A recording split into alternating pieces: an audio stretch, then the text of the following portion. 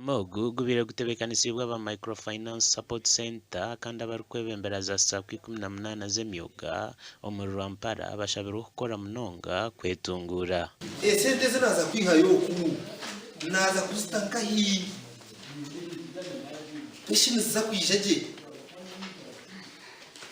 ekintu kihe kintu ekiri kukuraje omwanya oguturumu research.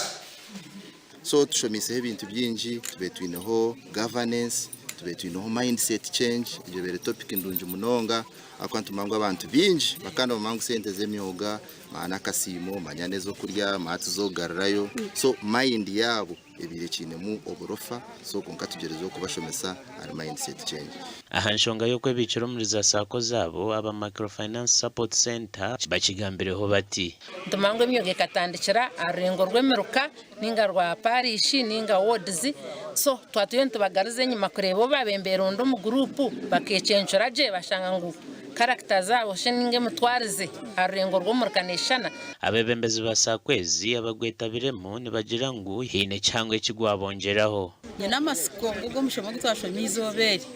ngwija kutuyiho mwidara gusto mirindi kandi namanya kushomesa group yanje ukubasa kubika no kwebuza batugambiraje batujango na SACCO zinde zagireho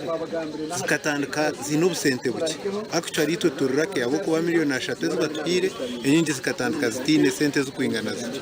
so go mushomo Rwanda kugezaho kwiguramisho kandi no kongera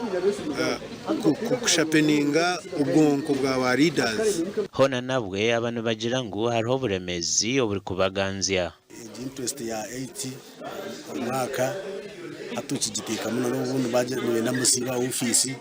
umuntu akimara kuko esande yije tubishimuka baje ngo no mugo akahatura hakingira hatsumwe niyo mukozi uramuteka mashitame nande mitwaro 10 for example tuwakwata nka miliyoni